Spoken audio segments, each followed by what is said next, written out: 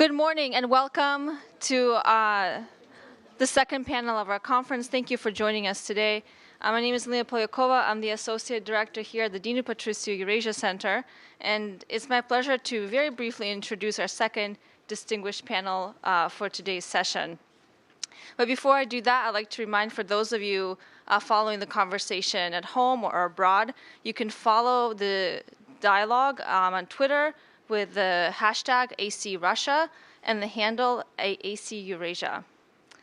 So without further ado, our second panel is a distinguished group of experts who may require no introduction to you. Ambassador Dennis Ross is counselor and William Davidson Distinguished Fellow at the Washington Institute for Near East Policy. He served as Special Assistant to President Obama and National Security Council Senior Director and a Special Advisor to Secretary of State Hillary Clinton. We also have joining us today Dr. Adam Garfinkel, who is the founding editor of the American Interest, and Dr. Muwafeq al-Rubai, who's the former National Security Advisor for Iraq and who served as a member of Parliament in Iraq's Council of Representatives. And with us today from Moscow is Dr. Pavel Felgenhauer, who is an independent Moscow-based military analyst and a journalist at one of the last independent papers, Novaya Gazeta, in Russia today. And we also have, last but definitely not least, Ambassador Richard Burt, who is the managing director of McClarty Associates, and is a former U.S. ambassador to Germany, and also the board director and executive committee member of our very own Atlantic Council. And I'm moderating our discussion today is, of course, Ambassador John Herbst, who is director of the Atlantic Council's Dinu Patriciu Eurasia Center, my boss, and who served as the U.S. ambassador to Ukraine and Uzbekistan. So we're delighted to have you with us today, and I would like to invite you all to join us on the stage.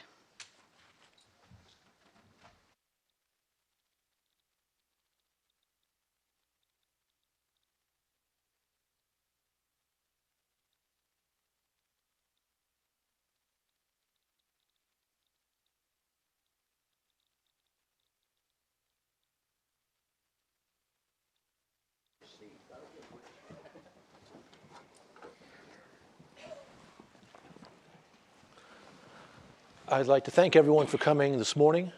As you can see, we've got a great panel. And the importance of this conversation has been heightened by the diplomacy over the past week and a half. As we speak, there are negotiations going on at New York following Secretary Kerry's visit to Moscow. And with that, I'll turn it over to our first speaker, Adam, please. Thank you. I'm very flattered to be here. I'm delighted to be invited to an Atlantic Council program. And I'm humbled to be among so many deeply experienced and wise co-panelists. My task was to lay out the motives for the Russian intervention in Syria, and then to say a little bit something about what it means in terms of policy context for the United States. And in my paper, I basically lay out two sets of three motives. A circle of three that I consider to be primary or strategic considerations, and then three less important ancillary motives, which may or may not intertwine in interesting ways with the others. So the first circle of three, I think the least ambitious and the most obvious Russian motive for the intervention in Syria, which a lot of this has been mentioned already in the first panel, that's the wages of not going first, is obviously there was an ally in trouble. Syria was in trouble. The wars toed and froed over the last 4 and some years, but as of last summer, as was mentioned in the first panel, the Assad regime looked to be in real trouble in the north around Aleppo and Idlib, and the Russians don't have a lot of allies. The base at Tartus, the only base the Russians have outside of Russian Federation territory, and so it would look bad, and it would be bad for the Russians strategically if they lost really the only ally they had in that part of the world, in which any part of the world. So just like the United States intervened many years ago to protect South Vietnam from being defeated, the Russians intervened to protect the Assad regime from being overthrown. The second motive, again also alluded to earlier, is that the intervention puts Russia in the role of a kind of a kingmaker. I mean, they are there on the ground with an air base in Latakia province. They're there with tanks and airplanes and other military accoutrements. And they had become a much larger factor in any prospective settlement to the Syrian civil war, and then what might be done with respect to Daesh thereafter. The third motive, I think, which hasn't been mentioned, and this is highly speculative on my part. I have no hard evidence to back this up, but I think it's a logical inference that I think we need to at least consider. The Syrian regime, over some 4 years or so, with frankly a not very impressive order of battle, managed to kill something like 250,000 people, mostly unarmed civilians, to create something like 4 million refugees out of a population of about 24 million, and to create something like 7 or 8 internally displaced peoples, internal refugees. The Russians, if they wanted to, could kill 3 times as many people and produce many, many more refugees than the regime already has. The point being to put a good deal of pressure on the European Union. The European Union has obviously had a great deal of difficulty coping with 800,000 refugees, or less than 1 million. Imagine what it would do to the tenor of European politics if they had to deal with 3 million or 4 million. I don't have any evidence, again, as I say, that the Russian government, that Vladimir Putin is deliberately trying to exacerbate and push to the right European politics. But I wouldn't put it past him, and one of the reasons is because just like there are these 3 main strategic rationales for Russian motives in Syria, I also see a kind of like Mashtuka dolls, nested inside of one another. Same kind of scaled motives in Ukraine. The first is just to create a rubble heap so that Western ideas and institutions can't get closer to Moscow.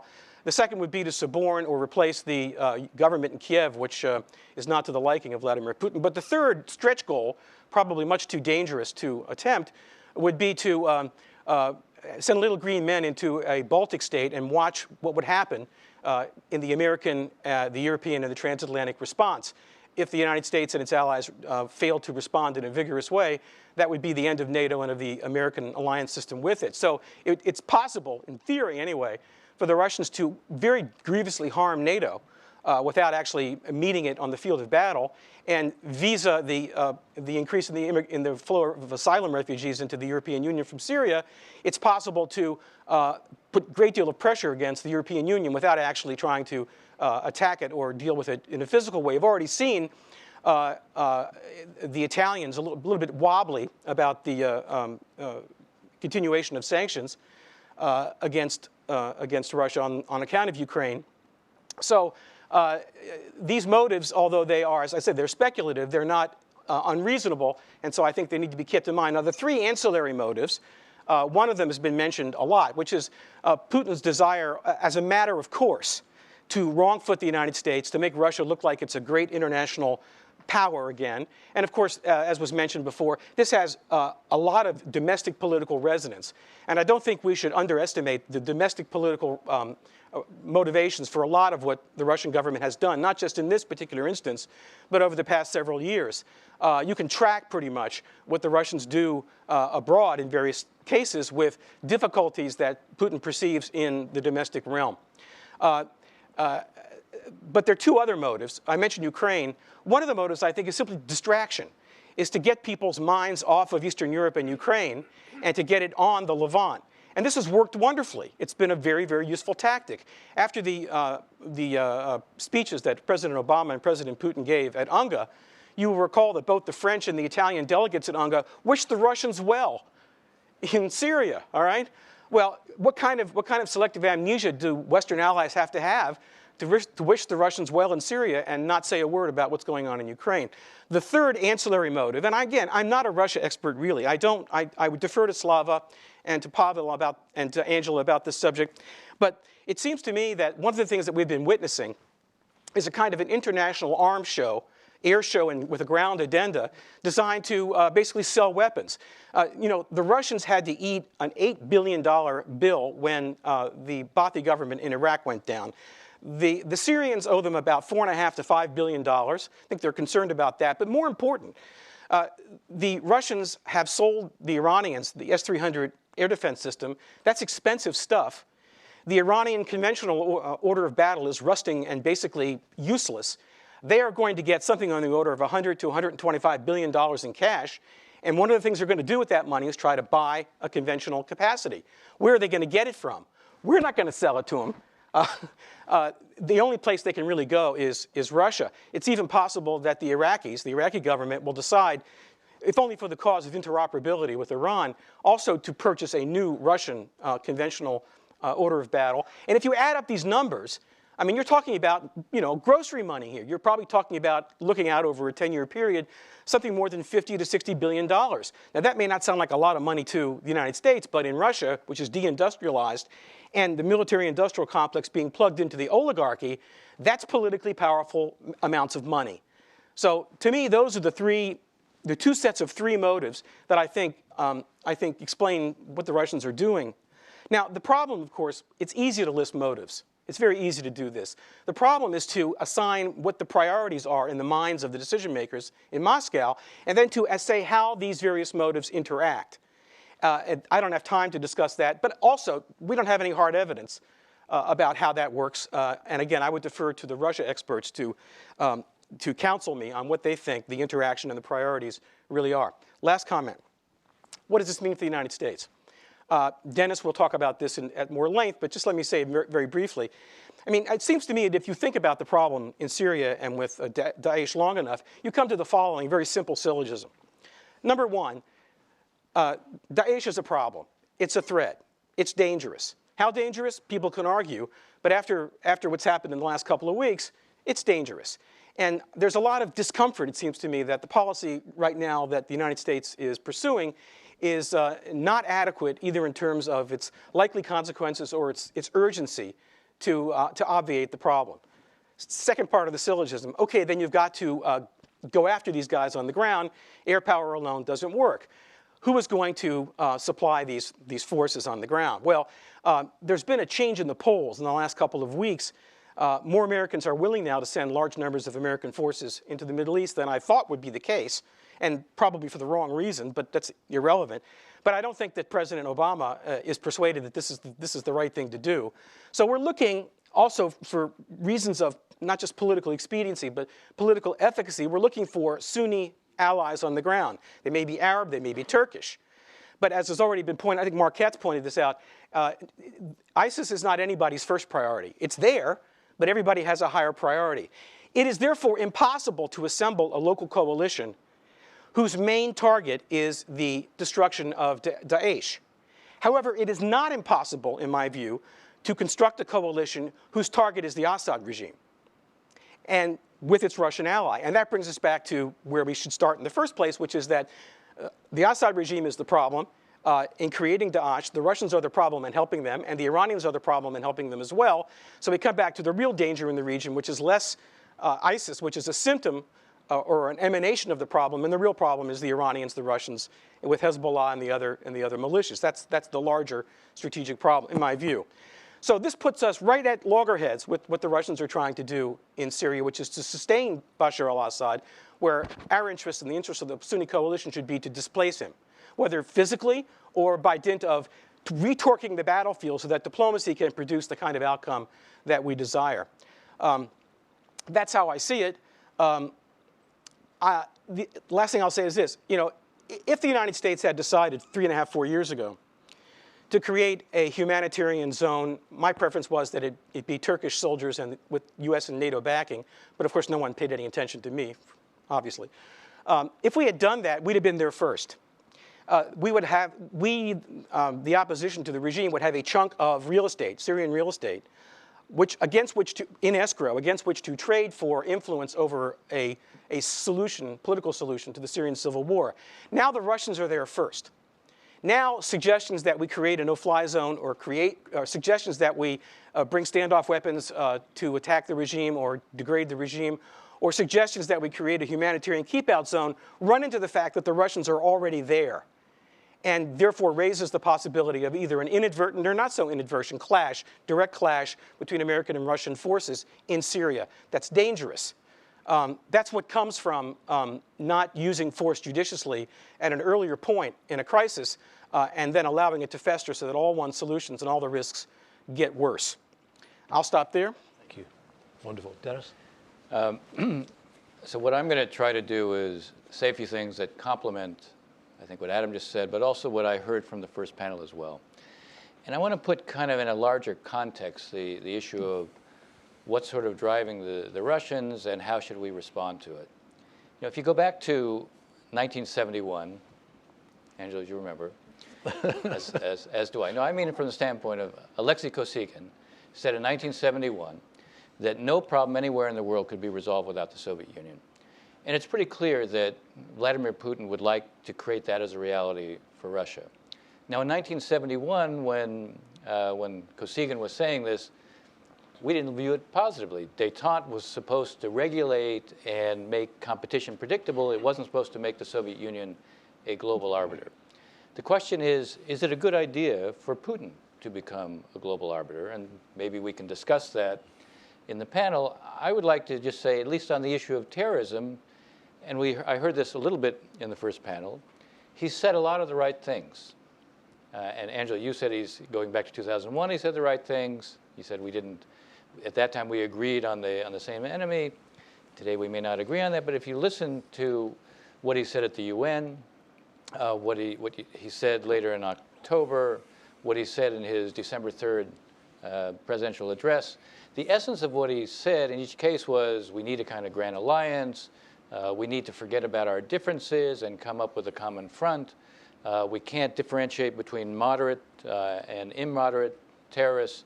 You know, we basically can't have a double standard when it comes to terrorists, and we shouldn't be dealing with terrorist groupings. And all those things sound very good. Now, in the December 3rd address, it looks like most of those were directed against Turkey. And obviously, when he talks about moderate and immoderate terrorists, he's really sort of getting at us and who are we supporting.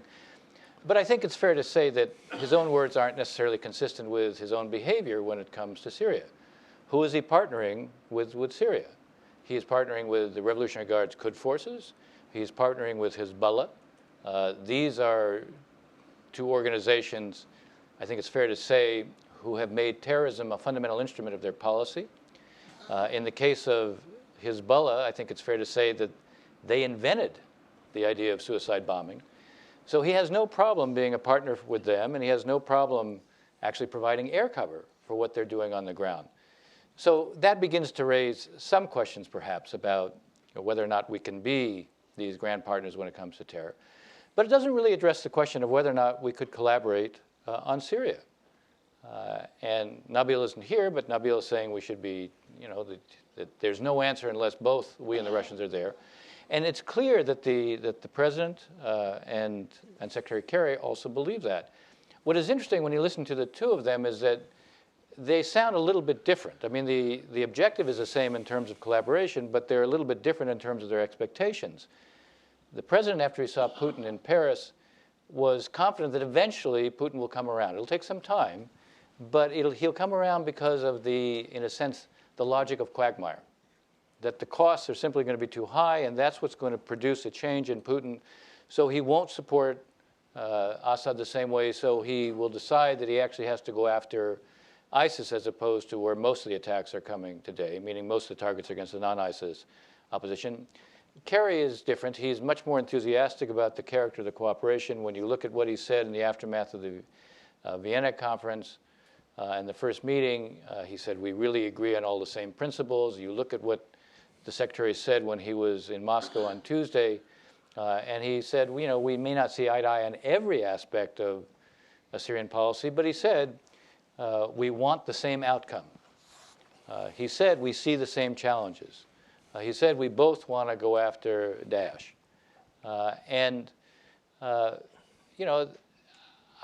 That obviously creates the potential for the kind of collaboration that we see, at least that the administration, I think, sees. And I really wish and I hope that they're right. Like you, Fred, I really want them to be right. I'm afraid they're wrong. I hope I'm wrong, but I'm afraid they're wrong. And I say that because I look at what is the pattern of behavior over time in Syria. I'm afraid the approach in Syria with Putin is still very much a zero-sum approach. I'm afraid the approach is still very much one of backing the regime. The aims that you described, I pretty much accept. I mean, look, I think it's no secret that Putin wants to preserve the military presence and the access that they've had in the past. He wants to be an arbiter of any outcome in Syria. He wants to parlay being an arbiter in Syria into being seen as the key arbiter in the region as a whole. And the fact that, I think someone said in the early panel, you look at who's been going to Moscow, he looks increasingly like he's succeeding at that. And by the way, there's been a constant message, apropos of the zero-sum notion. The message from the Russians has been for the last couple of years, even before the military intervention, and I've heard this constantly from my friends throughout the Arab world, the Russians are saying to them, you may not like our support for Assad, but the difference between us and the Americans, we stand by our friends. And so that's, again, that's part of what I think the approach has been. If you look diplomatically, yes, they supported the Geneva principles, but then in December of 2013 and January 2014, they completely backed Assad when they completely stonewalled in the discussions that took place at that time. And the military intervention is following the logic of what you might imagine. It's not just propping up the regime. It's designed to change the balance of power on the ground, so any diplomatic process is influenced by the realities on the ground that the Russians are helping to create. So all of this suggests that, again, also when you look at what they're actually doing in terms of affecting the balance of power on the ground, you know, it is unfortunate for Secretary Kerry that the very day he was in Moscow is the day that we had the stories. This is the one you were referring to, Fred, in the Washington Post, but she was quoting from Jan Eglin and the UN officials responsible for, for providing humanitarian assistance. The Russians are carrying out a kind of set of attacks that aren't just going after the non-ISIS opposition, but they're also trying to depopulate areas. They're deliberately making it harder for humanitarian assistance to be provided. They are attacking hospitals. They are attacking grain silos. They're attacking water treatment plants. And all of this, again, I think is part of a fundamental approach that is designed to produce an interesting reality. When I say zero-sum, it's also they want, ironically, a posture that is very similar to what Assad wants and actually what ISIS wants as well. A polarization, that the only two choices are ISIS or Assad or ISIS. ISIS wants it because this is the way they're going to mobilize the Muslims. Assad wants it because this is the way you mobilize the world behind him. And it's clear that's what I think Putin still wants. Now, maybe he can change if the costs go up high enough. And I come to what will be a last set of comments. First, again, the administration could be right and I could be wrong, and the proof of it we can see and we should see very soon. The proof of it is what happens with Vienna. The issue isn't whether or not Assad is at the table. The issue is, and this is apropos of what you were getting at, Fred, and I'm going to expand on it a little bit. The issue is, do they enforce a real ceasefire? There is no Vienna process without a ceasefire. You listen to Secretary Kerry. Secretary Kerry said, we're going to see within a few weeks a huge change because you'll see a ceasefire. If we see a ceasefire, by the way, a real ceasefire, I don't mean one that's a respite. It goes on for a few weeks and then it's designed to sort of retool, rearm, and start over again. A real ceasefire, which only the Russians can actually impose when it comes to Assad, when it comes to Hezbollah, when it comes to the Iranians. Only the Russians have the leverage to impose on that. If there is a real ceasefire, and if they go along with the creation of humanitarian corridors to provide humanitarian assistance. If that takes place, Vienna becomes real. If that takes place, apropos of what you were saying, Fred, if that takes place, then the opposition will have more of a reason to believe there actually could be a transition. Right now they don't believe it, and they have no particular reason to believe it. But if that takes place, then this is real. And what I was just saying about the assessment of the Russians would be wrong, and I hope that's the case. It would be better for everybody. It certainly would be better for what is a humanitarian catastrophe in Syria. Now, if it turns out that I'm not wrong, that doesn't mean you necessarily have to give up on the idea of trying to still push the Vienna process, but it means when you approach the Vienna process and you approach Putin, you have to approach Putin not with the logic of argument, but with the logic of leverage, which is actually the logic that Putin understands. And the logic of leverage would have us do the following. It would have us go to the Russians and say, look, we are deep believers in the Vienna process. We have committed to it unmistakably. But it can't work unless there's a ceasefire, a real ceasefire, and there are humanitarian corridors. So if this fails because you're not prepared to do that, you leave us no choice but to support a safe haven. Now, the administration has been very reluctant to do a safe haven because it actually requires us to do something. And you're right, the risks of doing it now are greater than they were before. But the administration should also look at having invested so much in the Vienna process. And the core to our strategy against ISIS now is not only ratcheting up against ISIS, but the Vienna process. Because the truth is we have a contradiction. We send Ash Carter out to bring the Sunnis into this. There's no chance of bringing the Sunnis into this so long as we are ratcheting up against ISIS and the Russians continue to hammer the non-ISIS Sunni opposition. It means for the Sunnis, for them to join us means they're part of an onslaught against the Sunnis, and they're not going to do it. If you had a safe haven, I get all choked up when I talk about this. If you had a safe haven where you staunch the refugee flow, which deals with part of the issue you're talking about with regard to Europe, you actually create an area within Syria where you could have leverage actually on the opposition to cohere.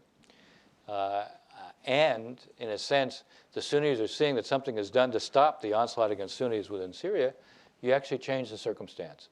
Now, if the administration understands the logic of its own position, that if it really wants to be successful against ISIS, it needs to make the Vienna process succeed. The only way it has a chance to make the Vienna process succeed, if I'm right about the Russians, and they don't impose a ceasefire, humanitarian corridors, is to then use leverage on Russia. For Putin, he will get, if we were serious about a safe haven, he will get what it means. He will understand it reduces his leverage on the Europeans. It will raise, it has the promise of actually creating an opposition that could become more effective against the Assad regime, which will raise the cost of supporting the Assad regime. And in effect, it means that for him, the ability to adopt these kinds of objectives that he has become much more difficult to achieve. So if I'm wrong, and the Russians right now see the light, and Putin understands the logic of quagmire as the president thinks he does, then we'll see them go ahead and do a ceasefire, and we'll see them support humanitarian corridors. If it turns out that, and I don't think I'm alone in my assessment here, if it turns out that in fact this is not what Putin intends to do in the near term, that he doesn't intend to impose a ceasefire or allow the humanitarian corridors, that he's not prepared at this point for the Vienna process to be successful, then we are going to have to think about what are the ways we can build leverage. Fred has suggested one way to do it, other than the way I'm suggesting, is it's a variation of the same theme, is to go ahead and create the kind of equivalent of what we did in 1990, 1991, create a real coalition for Syria. But to do that, to create that, we have to be more credible about what we're prepared to do. So either you go Fred's way, or in a sense, the variation of my way, you use safe haven as a leverage. Ultimately, it can't be a leverage unless you're prepared to follow through on it. One last comment. The interesting thing is, with the Turks clamoring for it, with the Europeans needing it, with the Gulf states requiring it, it actually does give us leverage on them to say, if we do the following, we will do it, provided you, the Europeans, will provide air forces for the safe haven, to contribute to no-fly. You, the Saudis et al., will provide the monies to build the infrastructure within the safe haven. You, Turkey, will provide forces on the ground, and this is how we'll have to sort out the Kurdish question, to police the safe haven. And all monies and assistance from now on go through one channel, so that we can actually build leverage on the opposition, so that the opposition itself becomes more coherent. Anyway, it seems to me there are ways to proceed that do reflect the reality of the situation where we have the potential for leverage, but only if we're prepared to act on it. Dennis, that was great. Rick, you're first up. Me? Yep. I I'm supposed to be brief here because I guess I'm commenting, so I'm going to make 4 or 5 quick comments, and actually, maybe for the first time in this session, and I mean this mini conference, actually maybe disagree with a couple of the comments that have been made. But first of all, on the issue of motives, I largely agree with what's been said both in the first session and this one on Russian motives. I would only add a couple of points. I think I have a little bit of a problem with Dennis's talk about Putin and Russia wanting to be and I'm quoting here, a global arbiter. I think Russia at this stage and Putin at this stage and for the foreseeable future is not going to be a global arbiter. I think Russia is going to, as we've seen in recent years, is going to have a more robust policy. They're going to project power into their neighborhood in certain circumstances, and they're going to take advantage of opportunities like the one offered by the Syrian civil war. But I do not see, for economic, political, and even domestic grounds in Russia, the kind of reemergence of a kind of global superpower in the form of Russia. Secondly, I also am a little bit skeptical of Adams' motive of somehow Russia taking this action in Syria as a way of destabilizing the EU through migration. I mean, the one country arguably that's been perhaps most destabilized by, politically affected by the flows of immigrants is Germany. They have over almost 1 million migrants in Germany today. But Germany to Putin is a critical country in terms of his strategy, working with and trying to deal with the European Union. I haven't heard one German leader express that concern. I think it's kind of highly unlikely, and I don't think it is credible to suggest that he is trying to fine-tune politics in Western Europe by creating chaos in Syria. But I will make a point about Ukraine, because the points that have been made this morning about his thinking about Ukraine and Western sanctions and his Syrian intervention are absolutely right. I do think that Russian intervention in Syria had a catalytic impact in terms of not only diplomacy and force in Syria, but it has changed the debate in Europe. And it's interesting, as I was discussing with Angela, that Francois Hollande, after he visited Washington following the terrorist attacks in Paris, went immediately to Moscow and sat down with Putin. And the fact that we're thinking now about how the Russians might be folded into some kind of diplomatic solution and process in Syria makes it enormously difficult for the Europeans to sort of continue to justify the sanctions policy against the Europeans, against Russia, particularly at a moment when those sanctions have a disproportionate impact on the Europeans, and when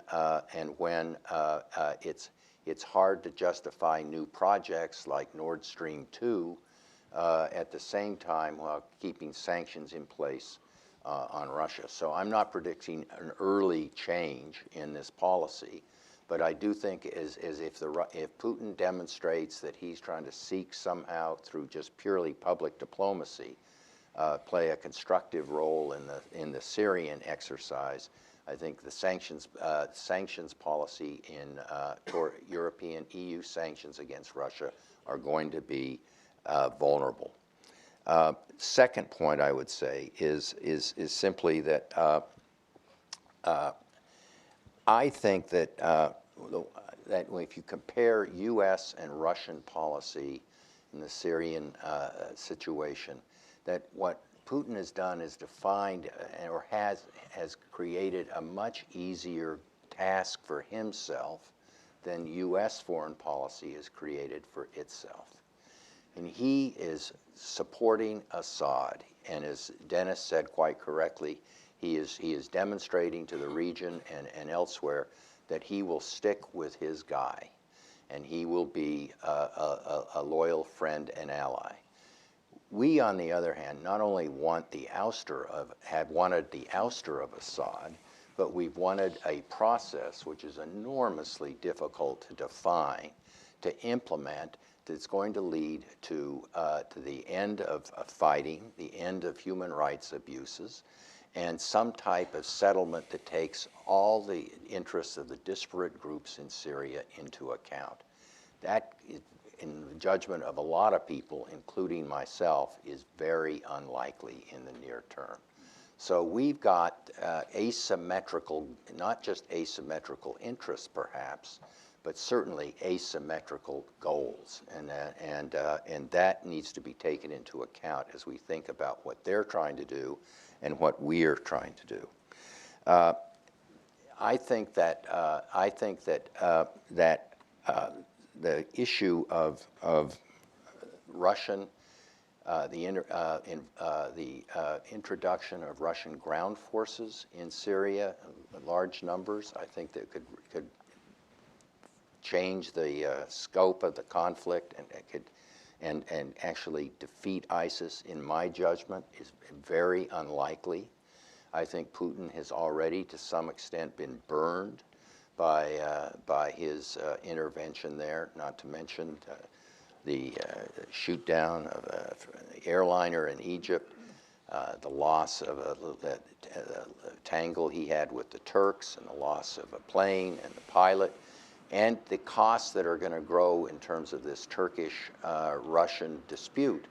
I can't think of two more kind of thin-skinned, narcissistic international leaders than Vladimir Putin and Recep Erdogan. And where this thing could How do you go, really feel about them? well, we could add Donald Trump in that equation, but he's not yet president, Dennis.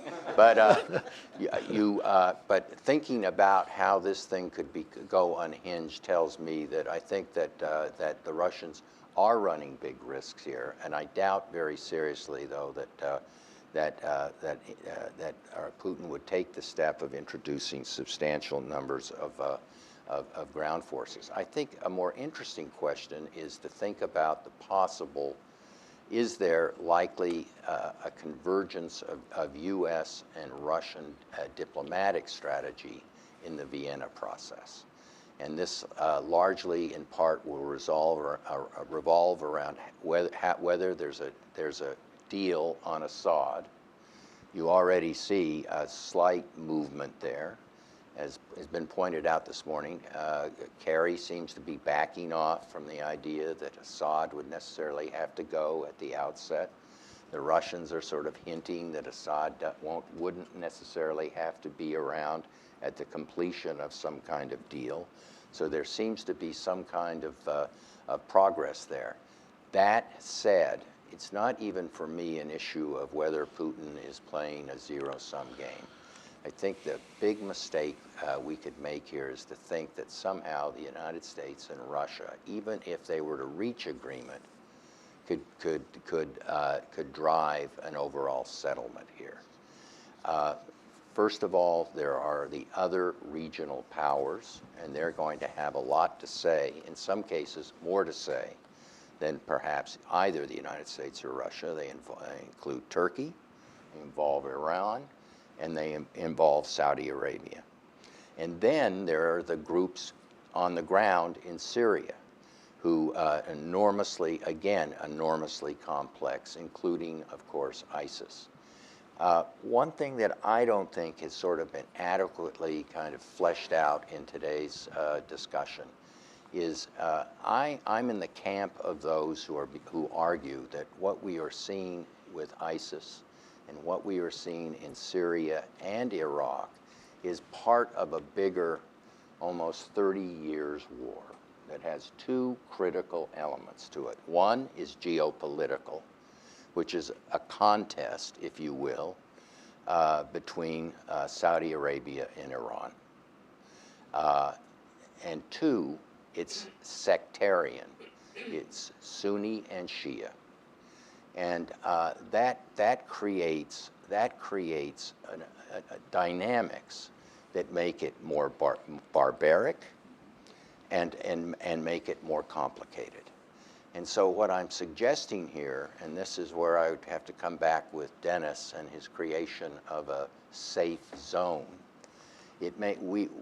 I don't think ideas like humanitarian corridors or safe zones work without a strong ground partner. And we have failed, I think, this morning to define who that strong ground partner is. We can talk about, well, we'll get the Turks in there. Well, we've already recognized this morning that the Turks' major interest is not ISIS. It is protecting their Turkmen and dealing with the Kurdish issue.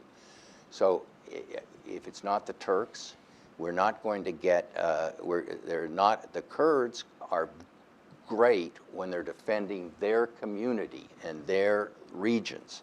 You can't expect the Kurds to go into the Arab zones and fight ISIS there. So we're left with this. We're left with the problem of the Sunnis in Syria and in Iraq, and without a strong ground partner, we're not going to be able to deal with ISIS. So, in the end, even U.S.-Russian convergence is not going to address this problem. And if I'm correct, we're seeing a kind of 30 years war work itself out. I don't think either the United States alone or together are going to solve this problem. Rick, thank you for those very provocative comments on Pavel. Thank you, and thank you for having me here at Atlantic Council. Russian objectives in Syria have been already mentioned today, and I can only concur. The first objective is upholding the Assad regime and as a lasting Russia friend with military and political foothold in the Middle East, and showing Washington a middle finger in the process, which is kind of two birds with one stone. But there are more other ambitious goals or birds in sight, using the fight with terror, with ISIS, as a tool to build a wide coalition or a new anti-Hitler coalition, as Putin said in his New York speech in September, based on this coalition, a new world order. As Putin defined it, it's a new world order that will be based on the following traditional principles of the Holy Union, forbidding any kind of revolutions and giving all possible established tyrants the mandate to be sovereign tyrants and do as they wish. Well, because revolution is more worse. And of course, second principle is the principle also traditional of the concert of great powers defining world issues, with the big powers maybe using the UN Security Council making the decisions and the smaller powers concurring with them. And third, though not publicly so clearly defined, is to kind of carving up the Eurasia zone into spheres of influence. And that would build the new world order that would give Europe peace for generations, as today in Moscow the official position is Yalta I gave Europe generations of peace. So first anti-Hitler coalition, Yalta I. Second anti-Hitler coalition, Yalta II. That would also solve Ukrainian problem, eliminate anti-Russian sanctions, more or less as Polish and Czechoslovak problems were solved in Yalta I. It's, of course, a top-gain, high-risk gamble. But these calculations today seem increasingly irrelevant after November 4, when a Russian Sukhoi 24 bomber was shot down by a Turkish fighter close to the Turkish-Syrian border. Today, we're at a very different situation. We're actually on the brink of armed confrontation, regional confrontation between Turkey and Russia. In northern Latakia province, Turkish and Russian forces and Turkey and Russia are on a totally collision course. There's a bombing campaign increasingly vicious there.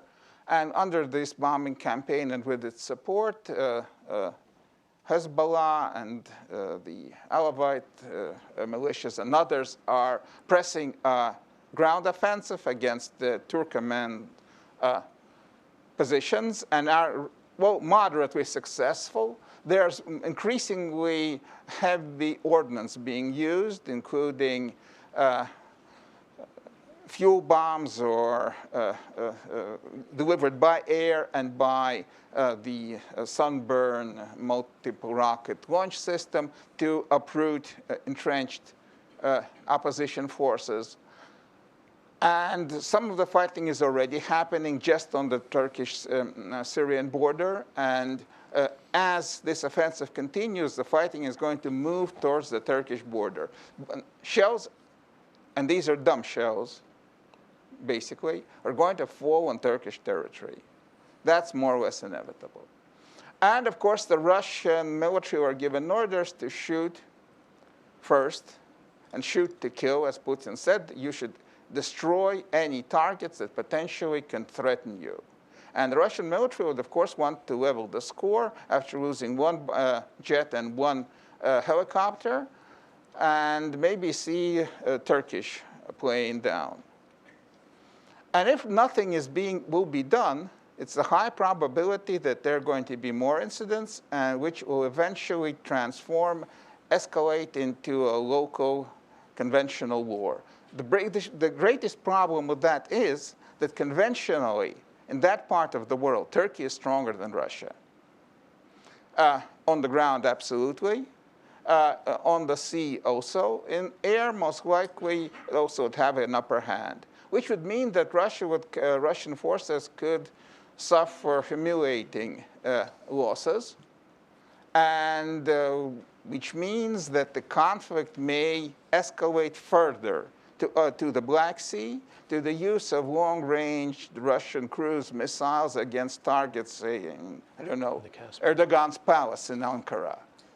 Though it's a very big thing. I mean, and again, if you use just conventional cruise missiles against that palace, it's too big to destroy. And of course, and it also should be taken into account that the Russian present operational plans for a confrontation with NATO or NATO-connected nation, where Russia will be conventionally weaker, and this is understood that Russia is conventionally weaker.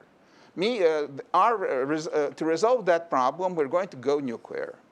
We're going to go nuclear at a very early stage, limited tactical nuclear attack by these long-range cruise missiles, but only nuclear-tipped. And Putin just days ago said that these cruise missiles could be nuclear-tipped if it comes to it. And we're right now in a situation that may be even more dangerous than '73 in the Middle East, when DEFCON went up to one notch. We could see DEFCON going up again in the coming days or weeks if nothing is being done, and right now nothing is being done seriously. Returning to '73, we should understand that we right now need maybe to use some Kissingerian tactics, to have shuttle diplomacy between Moscow and Ankara to solve the immediate problem, a local standing and effective ceasefire in northern Latakia that would give the Turkomans a possibility that they will not be pushed out, because for the Turks, and especially not only for Erdogan politically, but for the Turkish military, ethnic cleansing of ethnic Turks on a foreign territory, that's like Cyprus. They could believe they have to go. And for Russia, it's very important to clean northern Latakia because it's too close to our base. And so from there, if we leave that in the hands of unpredictable rebels, there could be launched a ground attack on the Russian base. And the Russian base is very vulnerable to ground attack. There's not enough strategic depth there. So everyone should give, it's like you should, like on the Golan Heights, you have to find a kind of way of a compromise to avoid a head-on Russian-Turkish collision. And right now, I'm afraid, ISIS is not the real problem. There are more important things at play and at stake. Right now, it's like when in 1914, after the shooting in Sarajevo of Archduke Franz Ferdinand, to believe that the main problem is Serb terrorism. What was Serb terrorism was a problem, and the Black Hand was state-sponsored, and the Austrians actually dealt with it mostly as a terrorist problem, which, of course, was wrong because it led to a terrible war. Right? I don't believe that the present American policy, as stated recently by Obama during his visit to the Pentagon, is adequate. It's not ISIS right now. It's not Assad right now. It's avoiding a head-on collision between Russia and Turkey, which could be actually mostly fueled by misunderstanding and misperception on all sides of attitudes and possible outcomes. And Russia sending signals, and Putin is talking about possible use and talking about nuclear weapons. He believes, he made the point, you can't fight and attack and shoot down planes of a nuclear superpower.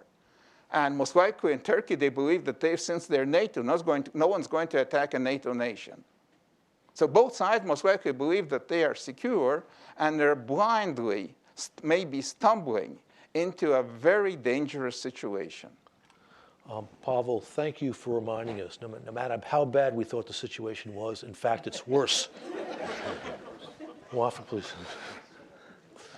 Thank you very much, Ambassador Hayes. Thank you, Ambassador Cherdoni, for inviting me for this to the Atlantic Council to give a regional flavor to the discussion. And I'm not a Russian expert. I'm not very tuned as well to the Washington discussion. This is very intelligent, sophisticated discussion for me. But what I will tell you in the next 5 or 7 minutes, 7 points from where I sit in Baghdad, and the way we look at this Russian new engagement, if you like, or Russian new campaign in Syria. And I have to go back to 5 years ago when Prime Minister Maliki met well, more than that, Putin, and I was there for 90 minutes. The man spent 60 minutes, literally 1 hour, talking about terrorism and Islamic extremism. So it's a real threat he feels at home. And I honestly believe that this has been overlooked by I don't know, 20 or 30 million Muslims in Russia now. We have at least 2,000 Chechen jihadists in my country blowing themselves with fighting my people. So this is the real stuff. These people can go back to Russia, can inflame and ruin this and ruin the minds and hearts of people, and create this hatredness and this exclusiveness. So I believe he understands. The Russians understand much better than a lot of people around the world the ideological challenge of this Wahhabism, Salafism, well, Orthodox, whatever you call it, but I call it the Wahhabi virus, infecting the minds and the hearts of people. So I think this is one important. I have heard so many in the first panel, second panel, well, this panel, a lot of negative things of the Russian engagement or campaign in Syria. But let's flip it and try to find, is there any, from where I sit in Baghdad, is there any positive things in this engagement? One thing is, I think they understand better, as I said, the ideological challenge. And the other thing is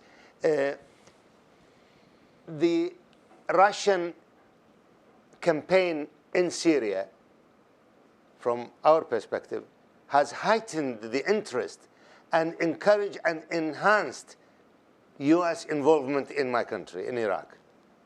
And I can feel it, and I can feel the urgency of helping the Iraqis in training, delivering weapons, and delivering the C4ISR, and all sorts of things. So that created a sense of urgency in D.C. in helping my country, or the fight against ISIS in Iraq.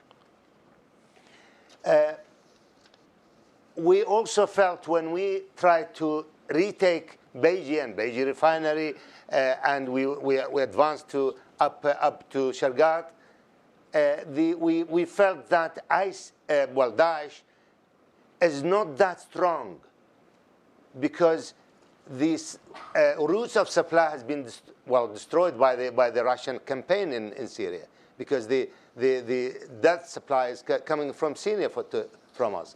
And that is exactly what happened in Ramadi when we lost Ramadi in May this year. But the good news is that we retook Ramadi a few days ago.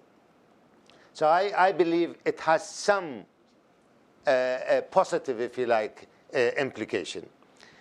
Are the Iranians and Russians, are they 100% allies, and their interests in Syria, is it identical? I don't think so. I think there is a lot of competition there.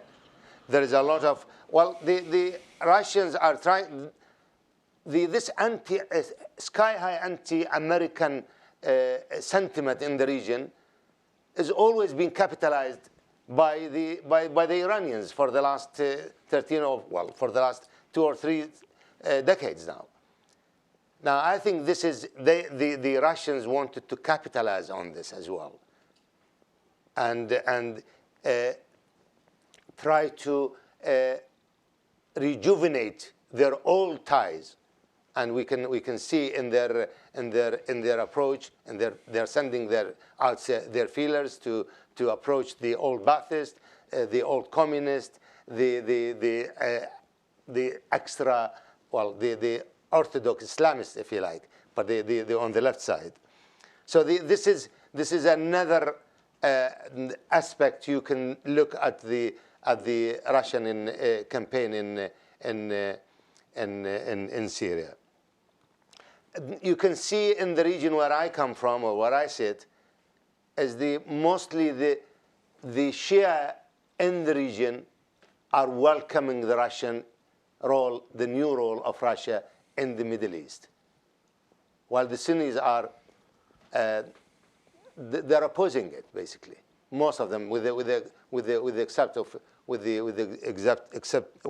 Egypt is with Russian involvement in the region.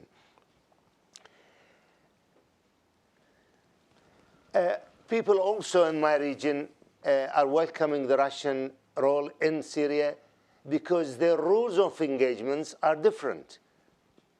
Whether they are the military rules of engagement or the political rules of engagement, they're much more liberal. They're much more, less sensitive, if you like. We have been telling our American allies that the oxygen which is supplying the Daesh is them selling the Iraqi oil in the black market in Turkey. And these are thousands of trucks going through that route. And the Americans, because this is the administration, they said this is a civilian target. Until 3 or 4 weeks ago, they started to hit these flatten the oil wells, the refinery capacity, the refineries, as well as the routes, these trucks. So this is, now we're trying to market the idea, if you like, of targeting the high-value individuals among Daesh. Daesh is they're using this loophole in the system, because the Americans' rules of engagement from the sky on the any targets on the ground, they're very, very highly selective on it. Now the high value individuals,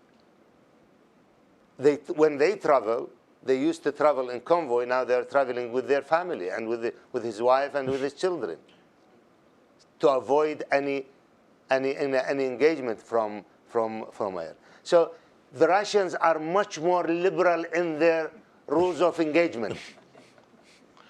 Another way of saying bloody. And probably that suit the region,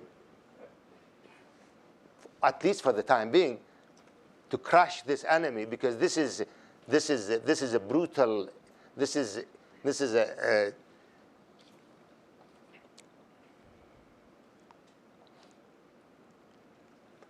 is Assad is indispensable for Iran and Russia? I don't think so. I think they will settle for, but for the right price. They will settle for an Alawiyat reformed, more representative regime. But if we force him out without an agreement, the whole state will collapse. The Syrian army will disintegrate, and we will see, and we will, as people said, the day aftermath, the day after what happened after Assad, and we saw this happen in a very, very bad way in Iraq. The first 100 days after 9th of April 2003, that 100 day, we really left the country in total vacuum. And this is exactly what's going to happen. Or you don't get the good guys, the good Syrian guys in Damascus. You get the very well armed and equipped and trained guys. They're Daesh. So I believe it's. We need to look at and I tried to put the positive spin, if you like, on it to counterbalance the argument against the Russian intervention in. But before I leave, I think I will. I understood Adam. I hope I understood him wrong. Did he say that Assad created ISIS? ISIS is in Afghanistan, in Pakistan, in Somalia, in Yemen, in Libya, in Boko Haram, all over the world. It is the ideology, which is okay. He might have plotted, and please don't get me wrong. Assad has killed tens of thousands of my people. And when I presented him 3 times with evidence, he totally denied it. But we know that he has sent thousands of jihadists through that very porous borders in the 2005, 6, 7, and 8, and 9. Until then, it backfired on him. And this is, I honestly believe that this will repeat itself in Turkey, because we haven't talked about Turkey. This will repeat itself with Turkey because Erdogan is not coming on this side of the table. He's wavering, and his priorities is not ISIS. But this ideology is the cancer which is eating in the minds and hearts of all of Muslims all over the world. And that's the message I wanted to leave with you. Thank you very much, Doctor. I'm going to offer a few comments and then open the floor to questions. I'm going to give you 5 or 6 observations to try and provide a sense of where we are. First, the military momentum in Syria remains largely on the side of ISIL, and not just ISIL, but Jabhat al-Nusra and Aqra al-Sham and the other jihadi groups. This is a result, second observation, of the elan, which comes back to the doctor's point about this ideology, but also, very importantly, and only Rick really highlighted this, the support they receive from governments in the Gulf Thank you. and Turkey, and also from private individuals in those countries, where I think the principal support's going to ISIL. 3, the Russian intervention to buck up Assad has been notably ineffective. Reports have demonstrated that they've been at this for 3 months, and Assad has taken back, and this was a report, 0.004% of Syrian territory. I thought the Russian intervention would do a little bit better than that.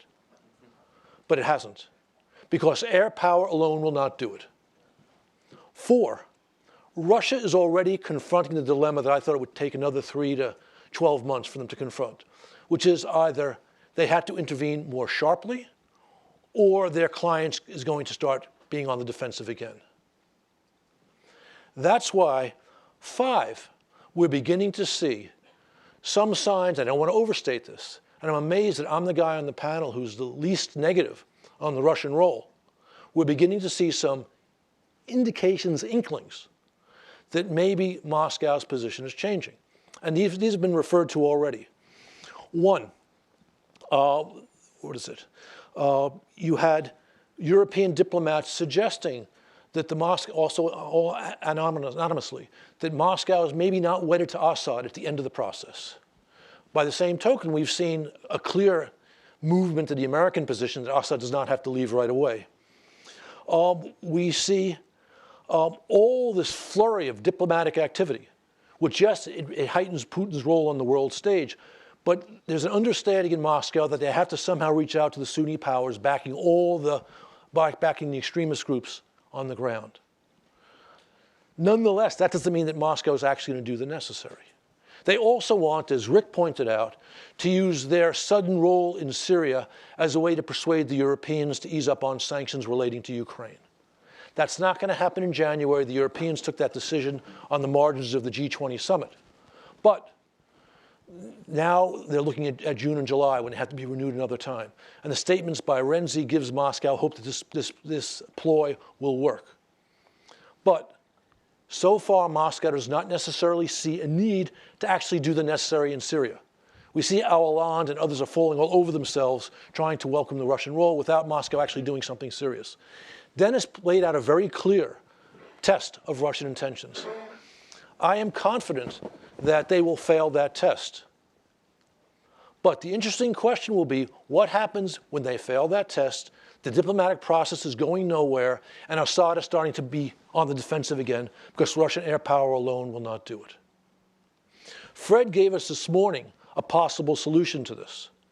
And Dennis also gave us a partial solution to this, which is begin to put some real military presence on the ground.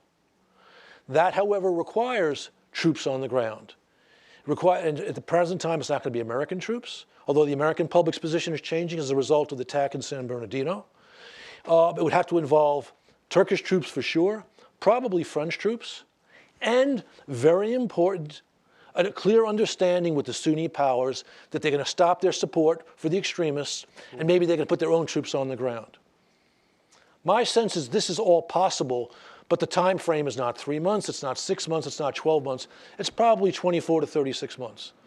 And a new American administration would factor into this. With that, let's open the floor to questions. Right there. Nope, I'll give you a second, but use first, Alex. Okay. Thank you very much. My name is Jumana Qadour. I'm Syrian American, and I work at the U.S. Commission on International Religious Freedom, and I cover Syria and Iraq. My question was actually very directed to Mr. Muwafaq. You claim to be a representative of the Arab perspective on the panel, when in fact I think it's more honest to say that you are a representative of the Iraqi government on this panel.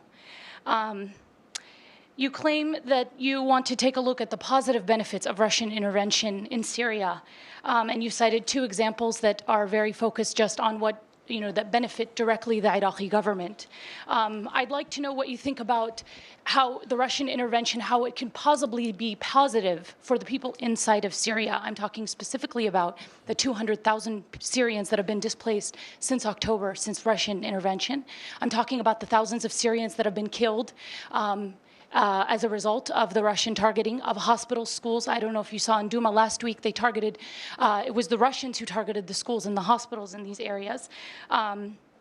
And I'd like to know, while Adam did not say that ISIS was created by Assad, and I don't believe it was created by Assad, what do you say about the fact that ISIS has been able to lay a foothold in countries that utilize corrupt measures to control their people, and have used, that this has made it worse and has allowed ISIS to actually flourish there, Afghanistan, Somalia, etc. Thank you. Because time is short, we'll take 3 questions right away. Question 2 right here. No, right in front.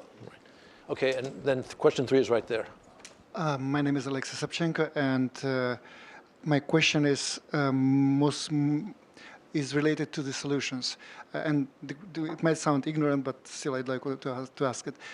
The ISIS exists because it constantly replenishes its fighters with the new recruits coming mostly from Europe. They are supposed to cross a border, and they cannot cross the border with Israel, they cannot cross the border with Lebanon, basically they cannot come via Baghdad.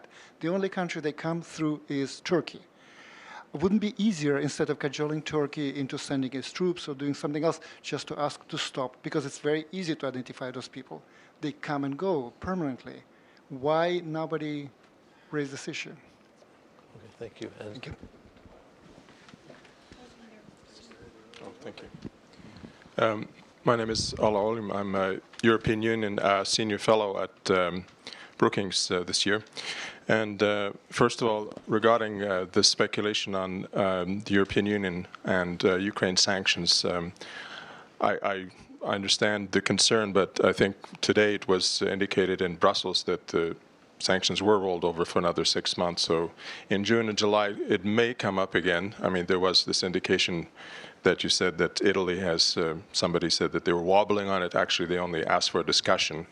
And in fact, I think if one analytically looks at the Russian involvement in Ukraine and Syria, then one could even posit the possibility that Russian involvement in Syria will mean a lessened possibility. They have less bandwidth to make trouble in Ukraine. I don't think they can feasibly increase their commitment in Syria at the same time as they are looking to reverse what they have committed to do under Minsk II in Ukraine. That was my comment. And, by the way, on the refugee question, I think also it's a bit far-fetched. And I've heard also some conspiracy theories almost about how Turkey, by design, opened up its borders to allow the flow of refugees out of Turkey. In fact, if one looks at the refugee situation in the region, it was certainly an objective factor that these countries, Turkey, Jordan, and Lebanon, have been completely overwhelmed. And now the welcoming mat is wearing thin, and these people were really desperate and looking for a way to go out. If the Turks did look the other way, it was really a whole set of circumstances, and certainly not, I think, a calculated strategy to put pressure on the EU to open up accession negotiations, and I think also the same applies to Russia. Regarding the origins of the Islamic State group, I'm astonished that there's no recognition here that, in fact, the Islamic State group started in Iraq.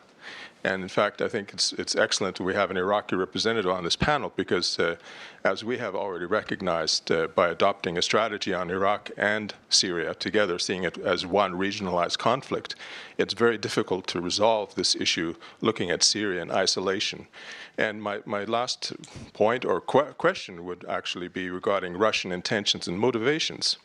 And perhaps this would key into also what our Iraqi representative said here regarding the newfound interest of the United States to be involved in Iraq in a more serious way. And that is, what are the Russian intentions with regard to Iraq and Iran? I mean, Iran was already mentioned here as a possible buyer of military supplies, but I'm thinking here about larger intentions regarding resources in Iraq and Iran.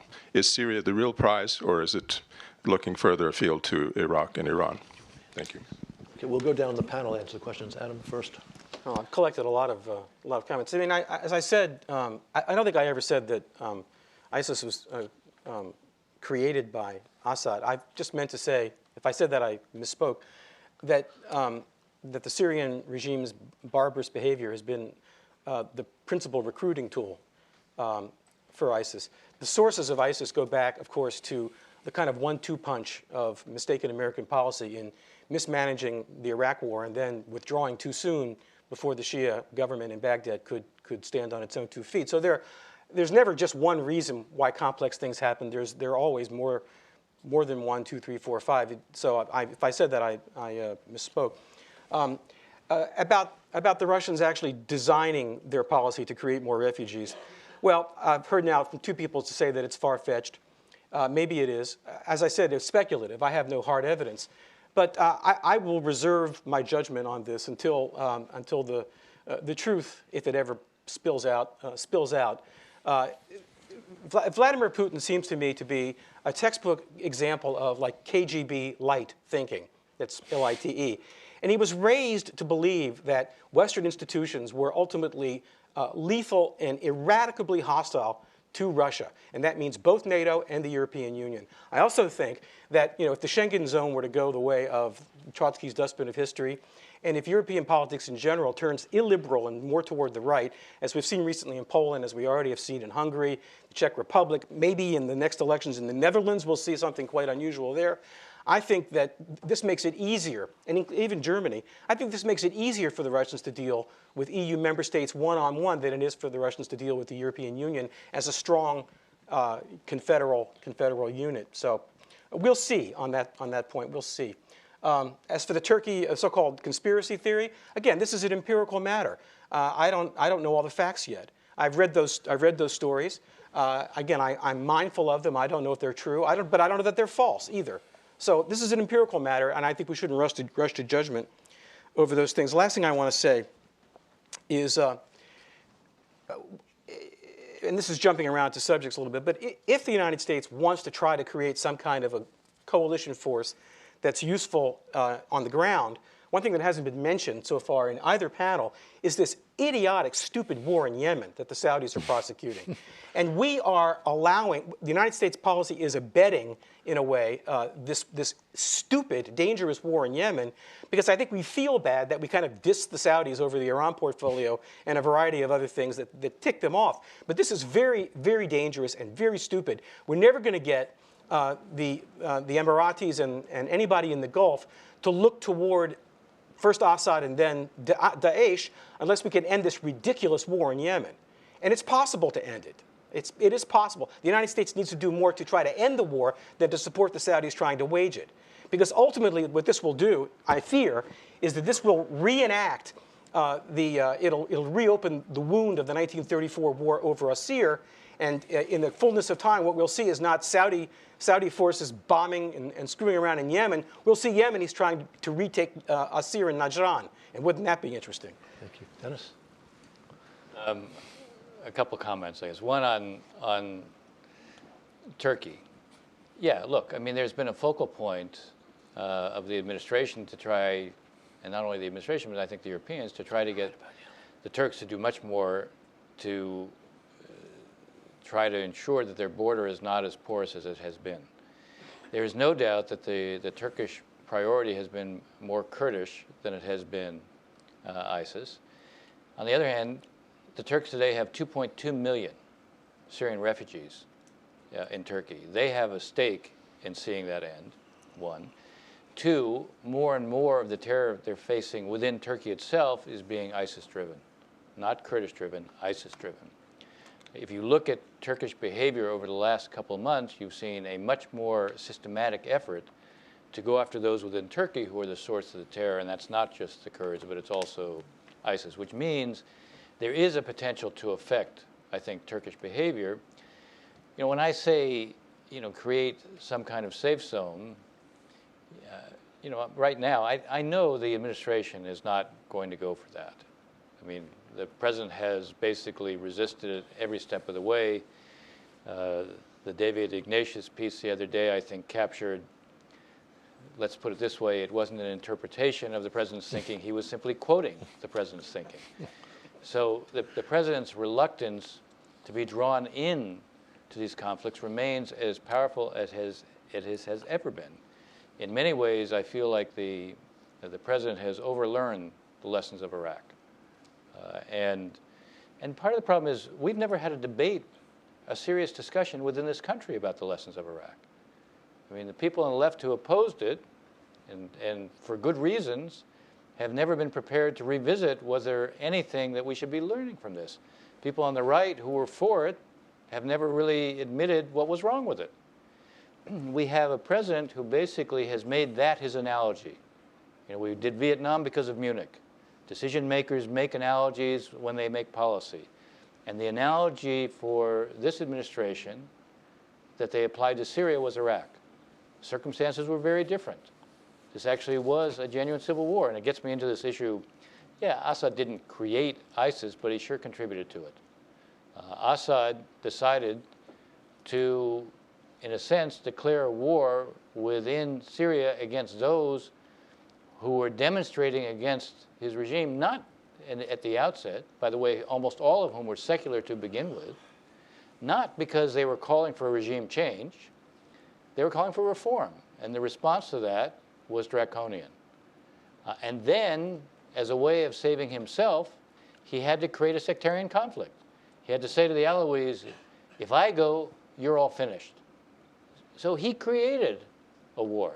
Now, it is true, if tomorrow he goes, the prospect that ISIS is the one who replaces him is very high. So you can't, I mean, if we learn one lesson from Iraq, it's, and maybe also Libya, don't create vacuums that are going to be filled by the worst possible forces. But that doesn't mean our only option is, you know, it has to be that. And here again, you know, I was echoing Fred in some respects. I don't see an alternative to the Vienna process, but I don't think the Vienna process as it's currently structured has much prospect of success. And the tests that I established, I think, are the right ones. If Putin is really serious about wanting this to work right now, because the president's right that he's going to see the cost, we'll see him behave a certain way on the ceasefire and on ensuring that humanitarian assistance can be delivered. By the way, the Russians voted for that Security Council resolution.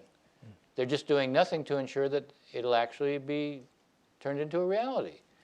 If you're right, John, and I suspect you are, because obviously the way I presented what I did is I don't expect that Putin's going to do this. I don't think he's going to pass that test. The problem we face is we're going to have a diplomatic process that is going to continue to meander. It's going to continue to, it's going to create the illusion that we're trying to do something without actually doing anything. And unfortunately, one of the things that has contributed to our problems has been, this goes back to saying Assad must go, we have objectives, but the means we apply to those objectives don't fit the objectives. And something has to give. And the thing that's given so far has been our credibility. Yeah, a couple of brief points. First of all, I completely agree with Adam that, and I'm glad he brought up the war in Yemen, because I think it sort of crystallizes this point I was making earlier about the sort of 30 years war aspect of the regional problem we face. Think about this for a second. Our friend and putative ally, Saudi Arabia, is attacking an Iranian Shiite group, the Houthis, who are fighting increasingly a Sunni group that is increasingly dominated by ISIS. So if the Saudis succeed in this effort, they could very well face ISIS, ISIS-dominated Yemen to the south, and increasingly strong ISIS in Iraq and Syria in the north. So it could their policy could actually bring about their demise. And next year, while we're sitting in this conference room talking about these issues, we could be discussing the strategic implications of the fall of the House of Saud. So that I think underscores the problems we're addressing. That takes me to a second point, which is, I think it was maybe you, Dennis, that talked about 1990, 1991, this fantastic success that the first Bush administration had in creating this a global coalition to drive the Saddam Hussein's forces from Kuwait. In my view, that it was in thinking about the region as a whole, is the exception that proves the rule. What you had was a foreign army entering an adjacent state, and the international community realized that this was a rule. This was a line that shouldn't be crossed, and that we had to respond. And we did respond, and we responded with a spectacular success. But to try to talk about a grand coalition to fight ISIS in a situation of civil and internecine conflict in both Syria, in Iraq, in Yemen, in Libya, and to think that we, and this isn't, not arguing you said this, but to think we could create such a grand coalition to get to fight in these internal conflicts, I think is a huge mistake, and that's where we're kind of left with a terrible dilemma. Dennis is right. If you intervene in these countries, in these civil conflicts, in these sectarian conflicts, and then you leave, you create a vacuum, and you get, as we've seen in Iraq or you get in Libya, chaos. But if you don't leave, you're an occupying power, particularly if you don't have an army that's Arab.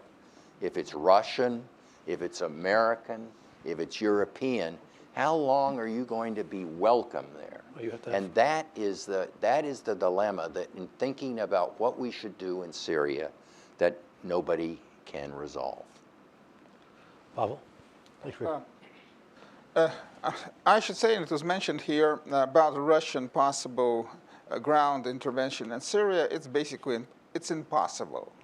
There are geographical, logistical, political problems that are insurmountable since the time of Catherine the Great. If Russia wanted to project force, massive force in the Mediterranean, you need to control the straits. And if you can't control the straits, and if you can't secure guaranteed logistical support for your troops through the Bosphorus, I mean, you can't do it. And right now, the Bosphorus are increasingly insecure. The Turks could intervene and do, actually even having a second air base there right now is logistically very much a problem. Because we had to move thousands and thousands of tons of equipment and supplies and continue to move them to have one full-scale base, which is now overcrowded with aircraft. But having more is right now not practical. And Russian policy in the Middle East right now is off balance. It was absolutely unforeseen that the Turks would move militarily against us. Putin repeats to say that that was a backstabbing, and I believe him, it was not calculated. So the Russian policy is right now in a reactive mood and seeking ways right now mostly targeting Turkey and not anything else, so seeking to isolate Turkey and undermine the present Turkish regime, looking on possible allies with, I don't know, Öcalan, Kurds, no matter what. Of course, this is right now, I mean, since Russians and Russian military and the Kremlin dislike such situations when they have to improvise. It's not the Russian way. But pre-plans went to the bin when what happened in 24th of November. And now we are in reactive mood. What comes out in the end right now is not fully predictable. Thank you. Dr. A couple of comments. I feel for you, honestly, Imam, and I know 8 million internally displaced, 4 million refugees, hundreds of thousands killed. This people will not, I honestly feel about it. And our position in Iraq was very clear, right from day one. The uprising was peaceful and just at the beginning. People missed the boat, missed that golden opportunity then 4 years ago, and did not help the Syrian people. And the terrorists had hijacked that peaceful, just uprising And now we are left with between the devil and the deep blue sea. We're between the devil, the evil and less evil. So will you use the less evil to get rid of the evil and then try to do something else after that? That is, politics is all about hard choices, aren't they? That's the, and believe me, when what you feel, I feel probably more than, double that. Because I got my people, tens of thousands of people, my people killed by this regime. But now we are completely different story we have now. Things have changed. I heard the gentleman saying that ISIS group, or the Islamic State, was started in Iraq. And another, I think one of the speakers with the Iraq war has then started this terrorism and Islamic terrorism. I don't agree with that. 9/11 was there before Iraq war. Taliban was there before Iraq war. Before anything else. Ladies and gentlemen, please remember one thing. And I said this, and I can't get tired of repeating it. The most peaceful community on earth was the Sunni community in the Muslim world. Very peaceful, because they believe, and their central core of thinking is وَأَطِيعُوا اللَّهَ وَأَطِيعُوا الرَّسُولَ وَأُولِي الْأَمْرِ مِنْكُمْ. Obey God and the messenger and those who are in charge of you. And this is for decades, well, not decades, centuries. What happened to them in the last 40, 50 years? What happened to this community? To create Taliban, create Mujahideen all over the world, jihadists all over the world, and Yemen, to create Afghanistan and Pakistan, 9/11, Paris, and so on and so forth, Boko Haram. What happened? Yemen, Somalia, what happened to them? I think the one thing, that virus, which I refer to, the virus called Wahhabism, which infected the mind and gave it this exclusion, and the heart, which created the hatred. And if you go to any mosque anywhere in the world, you will see that. You will see that very clearly. You will see 7,000 madrasas teaching this ideology in Afghanistan. You will see more than 11,000 madrasas teaching the same ideology in Pakistan. You will see madrasas all over the world. You will see that book with Quran. Right. Next to wherever you go in the mosque, you will see the book of Wahhabism.